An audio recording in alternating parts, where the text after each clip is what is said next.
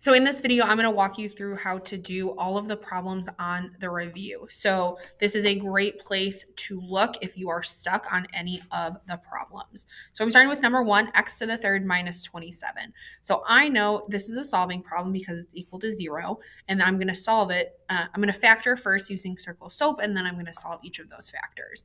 So I know I need small set and bigger set of parentheses still equal to 0.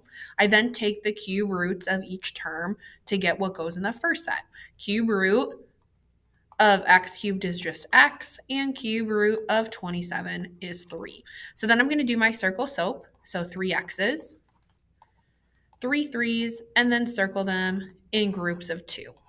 X times x is x squared, x times 3 is 3x, and 3 times 3 gives me 9. I use SOAP for my sign, so same, opposite, always positive, and then I'm solving.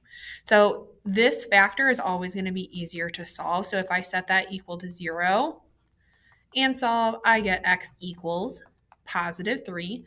I know this problem should give me 3 solutions, so that's one of them. And then I have to do quadratic formula to find the other 2 solutions. So x is going to be equal to opposite b plus or minus square root of b squared minus 4ac all over 2a. So that's negative 3 plus or minus square root of negative 27. We do the part underneath the radical first, all over 2. 27 breaks down into 9 and 3, where 9 can be 3 and 3. It's negative 27, so I'm also going to need an I at some point. So I have negative 3 plus or minus 3i root 3 over 2. So that then accounts for my other 2 solutions. Now, number 2 is going to look very similar. We do have a coefficient in front of that x cubed, so that makes my first set of parentheses look a little bit different. Instead of having just x, I'm going to have 2x, because the cube root of 8 is 2, and cube root of x cubed is just x. And then cube root of 1 gives me 1. So I'm going to do circle SOAP on 2x, 2x, 2x, and 1, 1, 1. So I'm going to circle the first 2, the middle 2, and the last 2 to give me 4x squared, 2x, and 1, where my signs are same, opposite, always positive at the end.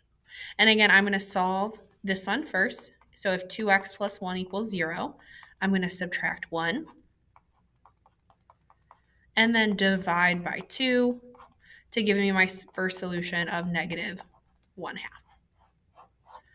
And then second one, same thing, I have to do quadratic formula. So x equals opposite b plus or minus square root of b squared minus 4ac all over 2 times a. So then I'm left with 2 plus or minus square root of negative 12 all over 8. 12 breaks down into 4 and 3. 4 can be 2 and 2, where I know the 2's will come out. 3 stays behind. So 2 plus or minus 2i, because it was negative, all over 8. The last thing I check for, is there something that all 3 of these numbers have in common? They have a 2 in common. So this is going to reduce to 1 plus or minus I root 3 over 4. Moving on to problems 3 and 4, these are still solving. They don't give me a root or a factor, but they are 4 terms, so I'm able to group them. So I'm going to split it down the middle. On the left side, I can take out an x squared, where left over is going to be 2x minus 3. On the right side, I know I'm going to take out something that's negative, and I know that 2x minus 3 has to be what's left over in parentheses. So to make that work, I'm taking out a negative 9. So as I write my factors, I've got x squared minus 9 and 2x minus 3 equals 0. This part, I'm able to factor further. So that piece factors in an x plus 3, x minus 3, because notice that it's two perfect squares separated by a minus sign, and then 2x minus 3 I bring down. From here, if I was just factoring, I would stop, but this equals 0 at the end tells me that I'm going to set each of my factors equal to 0 and solve. So obviously I know I just subtract 3, I add 3, and then this one I have to add 3 and then divide by 2. So my three solutions are -3, +3, and +3 over 2. Number 4 is going to be the same thing. So again, I am splitting this down the middle, looking for my GCF of the left side, which is 25x squared. Left over is x plus 1. Not just x, I have to keep that 1 in there. On the right side, they have a -64 in common, and I do have x plus 1 left over. So as I continue to factor, I've got 25x squared minus 64 times x plus 1 equals 0. 25x squared minus 4 factors into 5x plus 8, 5x minus 8, then x plus 1 equals 0. Same thing as I did on the last one. I now set each of my factors equal to 0 and solve.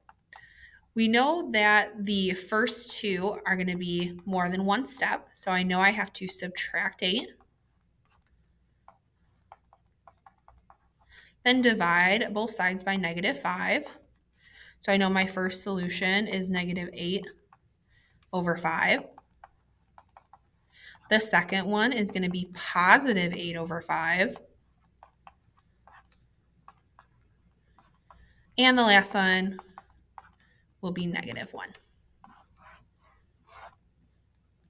As we move into problems 5 and 6, the directions say to find the resulting polynomial. So this means we're going back to synthetic division, and then we're going to write what we have left over. Now we do have to be careful that we are looking for any place-saving zeros. So if we skip over a variable, we have to include that. So I'm going to draw in my synthetic division box. On the outside, factors flip, so I put a -2, and then I put my coefficients across the top. Now notice I am missing the x cubed term. So across the top, I'm going to have 1, 0, -9, -2, and 7. When I do synthetic division, I always bring that first number down, and then I switch back and forth between multiplication and addition. So 1 times -2 is -2. 0 minus 2 is -2. And then I keep going back and forth until I get -9 at the end. So if my problem starts with an x to the fourth, my answer starts with x to the third, then x squared, then x, our constant, and finally our remainder is equal to -9. So as I write my final answer, I have x cubed minus 2x squared minus 5x plus 8 minus our remainder divided by that factor. Number 6 is going to be the same thing. We're doing the same process, and again, I have to look out for those place-saving zeros.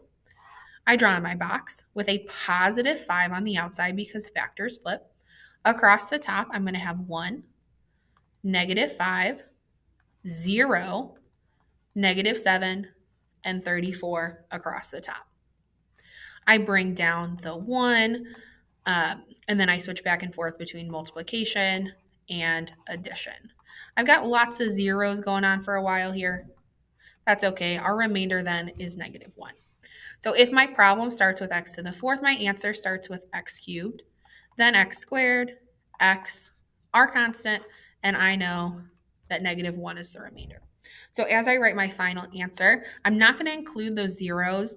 I'm just going to have x cubed minus 7 minus 1 divided by the factor x minus 5. Problem 7 asked me to determine if x plus 2 is a factor. So both 7 and 8 are asking us do synthetic division, find your remainder, and then interpret your results. So on number 7, it's asking if x plus 2 is a factor. So I'm going to put negative 2 on the outside, my coefficients across the top. So 1, 2, 0, 10, and 25. I need that 0 because I am missing my x squared term. So I'm going to bring down the 1, switch back and forth between multiplication and addition. And I get positive 5 as my remainder. So it's not asking me just to find what the remainder is. It's asking us to state if x plus 2 is a factor. So for this one, I would say no, because remainder is not 0. Number 8's the same thing. Number 8, they give us a root instead of a factor. So when they give me a root, I don't flip. If they tell me x equals, that's the number I put. Then I'm going to put my coefficients across the top, 5, 51, 7, and negative 30. I always bring down that first number, and then I flip back and forth between multiplication and addition. And this one, I do get 0 as my remainder. So this one, I would say yes, because remainder is 0. Problem number 9 asks us to find the remaining factors of the polynomial x cubed plus 8x squared plus 19x plus 12 if x plus 4 is a factor. So they're telling me x plus 4 is a factor. We should be getting 0 as the remainder. So negative 4 goes on the outside, where 1, 8, 19, and 12 go across the top. So I bring down the 1, flip back and forth until I see that I do get 0 as my remainder. So my original problem is to the third. So my resulting polynomial starts with x squared. So what I'm going to factor is x squared plus 4x plus 3. That's X method, where I'm looking for numbers that multiply to be 3 and add to be 4. So those factors are x plus 3 and x plus 1. So if we're just factoring, our answers will look like that. Number 10 is going to be the same process. Now notice on number 10, they give me a root instead of a factor. So I put positive 5 on the outside and then write my coefficients across the top. So I bring down the 1 and then I flip back and forth until I get 0 as my remainder, which I expect because they tell me this is a root.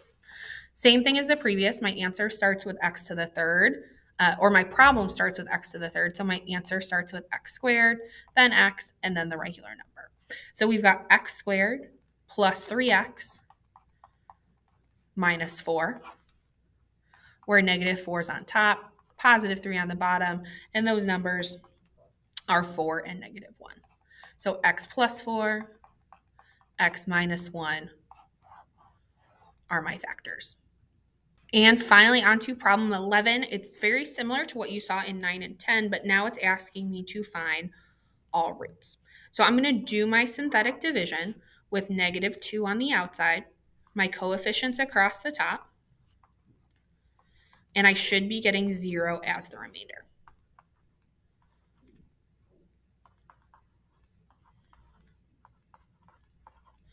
Which we do here at the end. My problem starts with x to the third, so my answer starts with x squared. But this time we're solving, so it's going to be equal to 0. So I still factor this. I know what multiplies to be 20, adds to be 9. So this is x plus 4, x plus 5 equals 0.